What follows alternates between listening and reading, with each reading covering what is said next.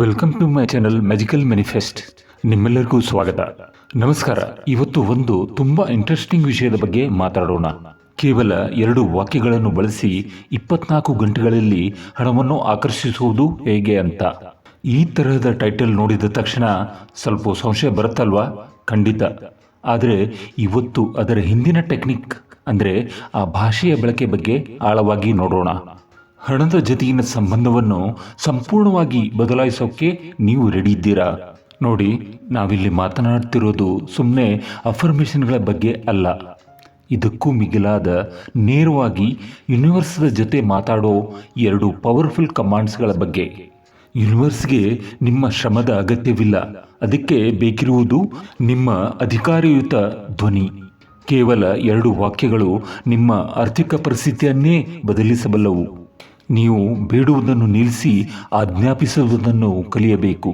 ಇವು ನಿಮ್ಮ ಹಣಕಾಸಿನ ರಿಯಾಲಿಟಿಯನ್ನೇ ಅಮೂಲಾಗ್ರವಾಗಿ ಬದಲಾಯಿಸಬಲ್ಲವು. ಹಾಗಿದ್ರೆ ಬನ್ನಿ ಶುರು ಮಾಡೋಣ.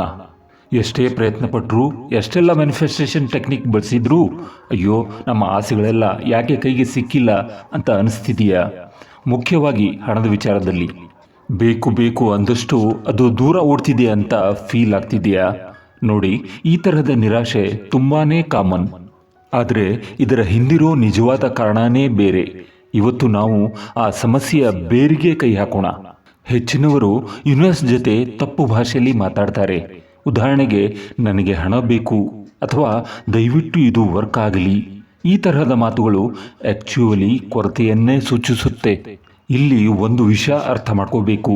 ನಾವು ಬಾಯಲ್ಲಿ ಹೇಳೋ ಮಾತಿಗಿಂತ ನಮ್ಮ ಮನಸ್ಸಿನಲ್ಲಿರೋ ಭಾವನೆ ಇದೆಯಲ್ಲ, ಅದು 1000 ಪಟ್ಟು ಪವರ್ಫುಲ್. ಈಗ ನೋಡಿ, ನನಗೆ ಹಣ ಬೇಕು ಅಂತ ನಾವು ಹೇಳ್ತೀವಿ. ಆದರೆ ನಮ್ಮ ಒಳಗಿನ ಫ್ರೀಕ್ವೆನ್ಸಿ, ನಮ್ಮ ವೈಬ್ರೇಷನ್ ಏನು ಹೇಳ್ತಾ ಇರುತ್ತೆ? ಅಯ್ಯೋ, ನನ್ನ ಹತ್ರ ಹಣ ಇಲ್ಲ ಅಂತ. ಯೂನಿವರ್ಸ್ ಇದೆಯಲ್ಲ, ಅದು ನಿಮ್ಮ ಪದಗಳನ್ನು ಕೇಳಲ್ಲ.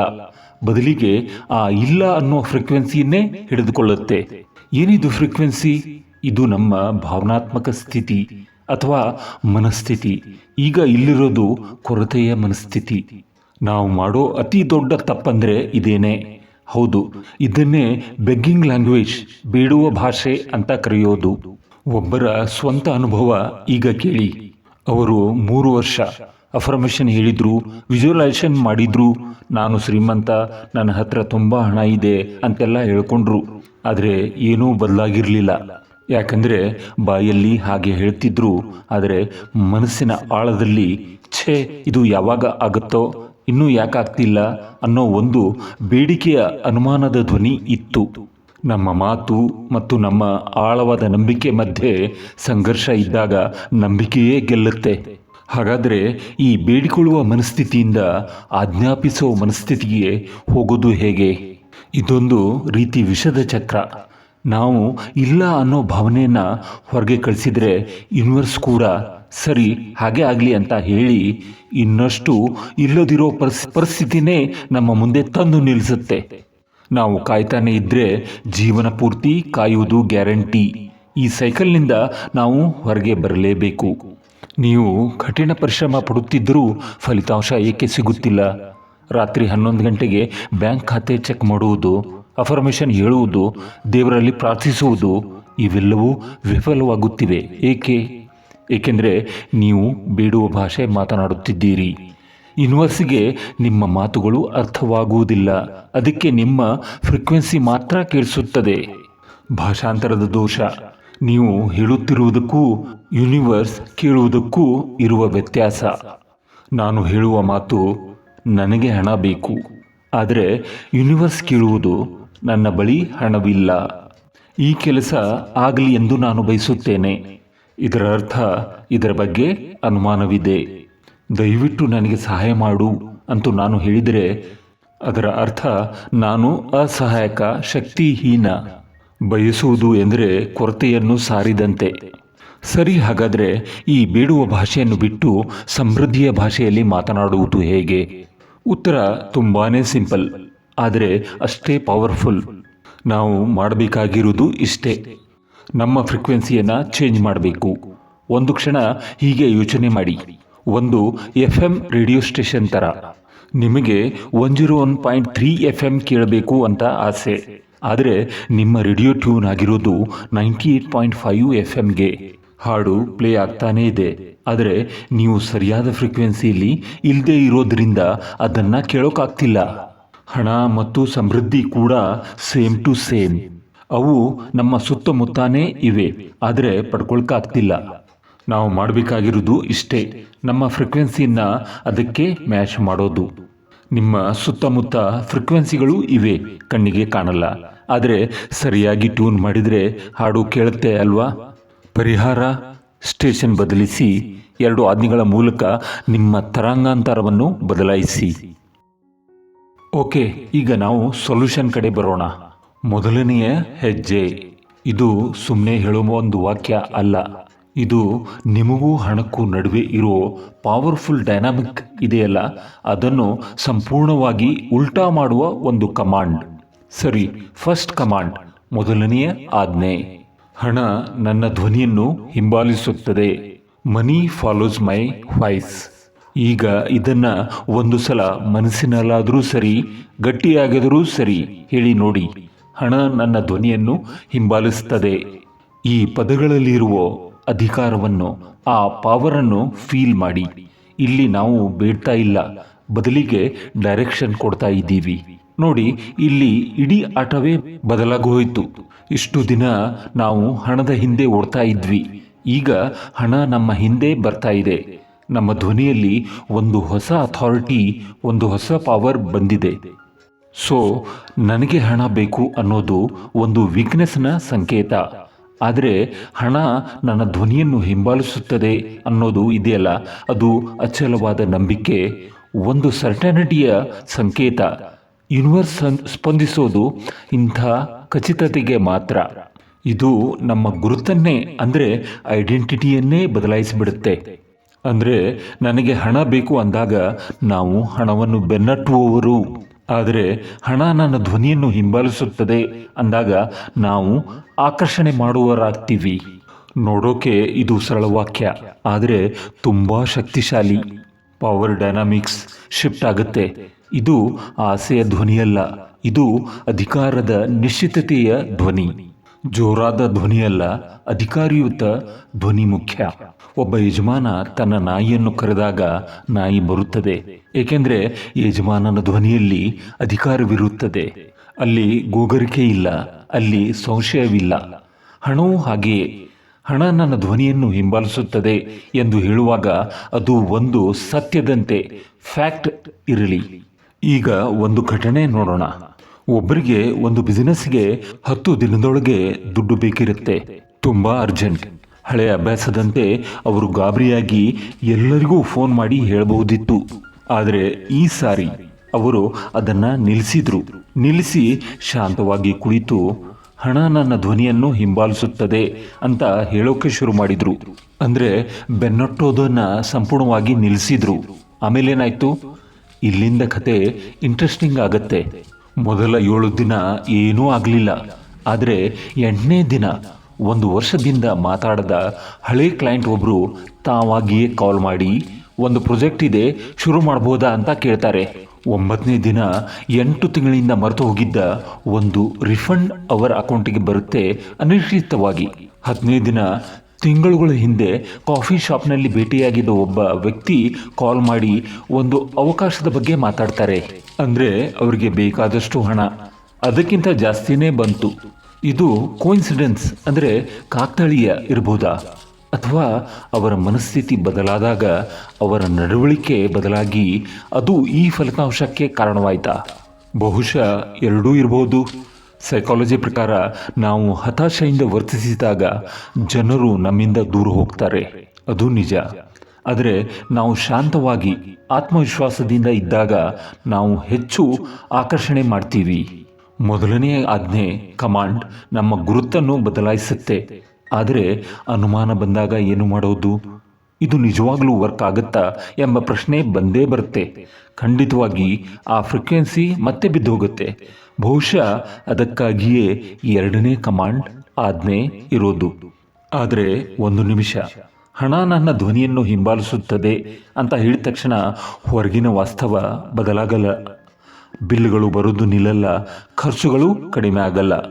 ಈ ಟೆಕ್ನಿಕ್ ಪ್ರಕಾರ ಹೊರಗಿನ ವಾಸ್ತವ ಬದಲಾಗೋಕ್ಕೆ ಮುಂಚೆ ನಮ್ಮ ಒಳಗಿನ ವಾಸ್ತವ ಬದಲಾಗಬೇಕು. ಮೊದಲನೇ ಕಮಾಂಡ್ ನಮ್ಮನ್ನು ಸರಿಯಾದ ಫ್ರೀಕ್ವೆನ್ಸಿಗೆ ತಂದು ನಿಲ್ಲಿಸುತ್ತೆ. Okay fine.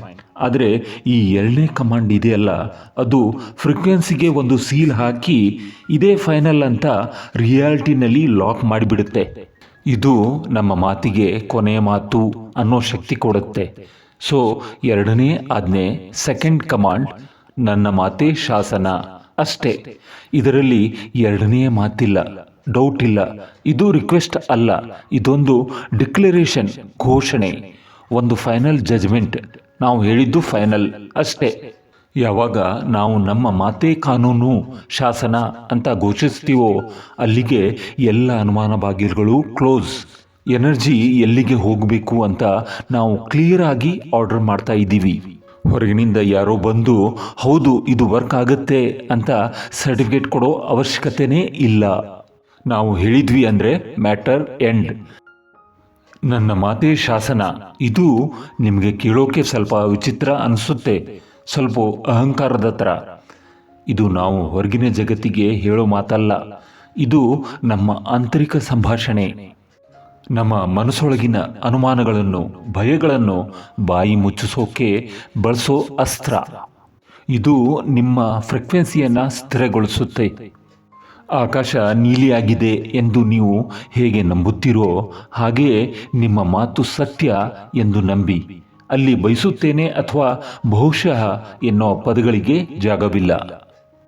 ಇದರ ಪವರ್ ಎಂಥದ್ದು ಅಂತ ಅರ್ಥ ಮಾಡ್ಕೊಳ್ಳೋಕ್ಕೆ ಬನ್ನಿ ಈಗ ಒಂದು ರಿಯಲ್ ಲೈಫ್ ಘಟನೆ ನೋಡೋಣ. ನನ್ನ ಫ್ರೆಂಡ್ ಒಬ್ಬನಿಗೆ 5 ದಿನದಲ್ಲಿ ಮನೆ ಬಾಡಿಗೆ ಕಟ್ಟಬೇಕಿತ್ತು. ಆದರೆ ಅವನ ಬ್ಯಾಂಕ್ ಅಕೌಂಟ್ ಆಲ್ಮೋಸ್ಟ್ ಖಾಲಿ. ಪರಿಸ್ಥಿತಿ ತುಂಬ ಟೆನ್ಸ್ ಆಗಿತ್ತು. ಸಿಕ್ಕಾಪಟ್ಟೆ ಒತ್ತಡದಲ್ಲಿದ್ದ. ಹಾಗಿದ್ರೆ ಅವನು ಏನು ಮಾಡ್ದ? ಅವನು ಅನುಮಾನದಿಂದಲೇ ಸರಿ, ಈ ಟೆಕ್ನಿಕ್ ಟ್ರೈ ಮಾಡ್ತೀನಿ ಅಂತ, ಹಣ ನನ್ನ ಧ್ವನಿಯನ್ನು ಹಿಂಬಾಲಿಸ್ತದೆ, ನನ್ನ ಮಾತೇ ಶಾಸನ, ಈ ವಾರದಲ್ಲಿಯೇ ನನಗೆ ಬಾಡಿಗೆ ಕಟ್ಟೋಕೆ ದುಡ್ಡು ಸಿಗುತ್ತೆ ಅಂತ ಹೇಳೋಕೆ ಶುರು ಮಾಡ್ತಾನೆ. ಆಮೇಲೆ ಮೊದಲ 2 ದಿನ ಒಳಗೆ ಭಯ, ಆತಂಕ ಎಲ್ಲ ಇದ್ರೂ ಕೂಡ ನನ್ನ ಮಾತೇ ಶಾಸನ ಅಂತ ಗಟ್ಟಿಯಾಗಿ ಹೇಳ್ತಾನೇ ಇದ್ದ. ಅವನ ಅನುಮಾನ, ಭಯ, ಆತಂಕ ಎಲ್ಲ 100 ಪಟ್ಟು ಜಾಸ್ತಿ ಆಗುತ್ತೆ.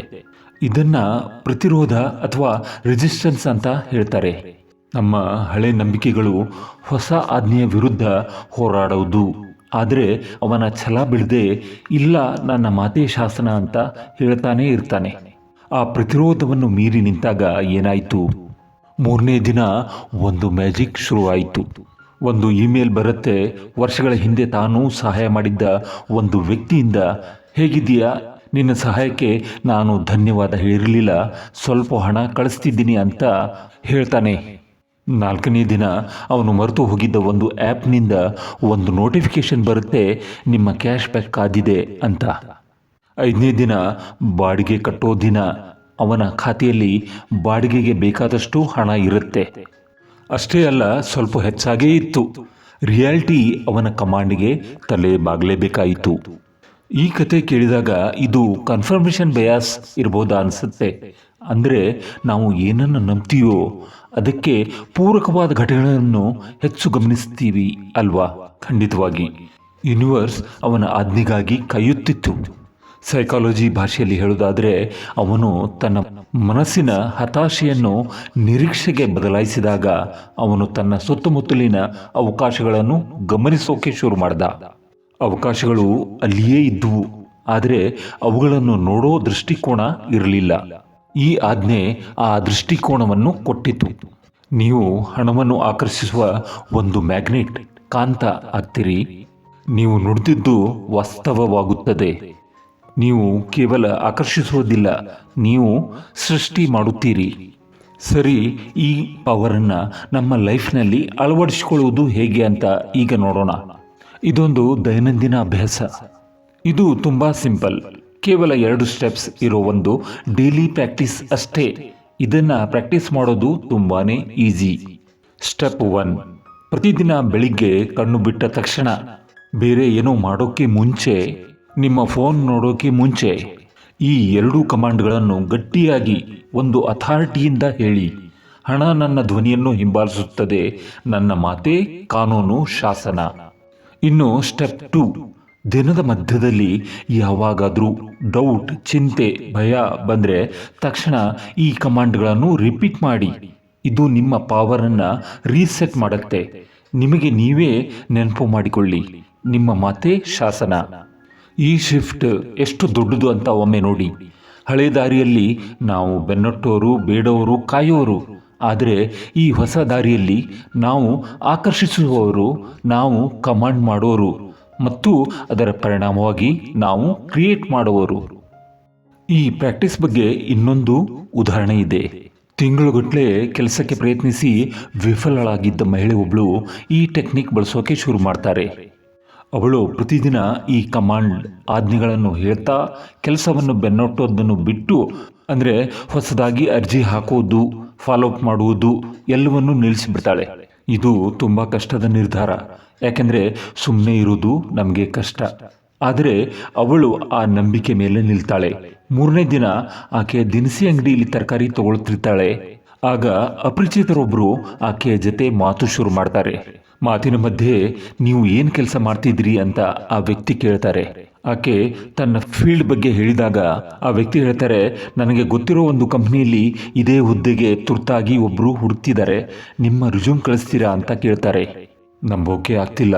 5 ದಿನಗಳಲ್ಲಿ ಆಕೆಗೆ ತಾನು ಬಯಸಿದ್ದಕ್ಕಿಂತ ಒಳ್ಳೆಯ ಸಂಬಳ, ಒಳ್ಳೆಯ ಸ್ಥಾನದೊಂದಿಗೆ ಆ ಕೆಲಸ ಸಿಗುತ್ತೆ. ಈ ಎಲ್ಲ ಕಥೆಗಳಲ್ಲಿ ಒಂದು ಕಾಮನ್ ಪಾಯಿಂಟ್ ಇದೆ.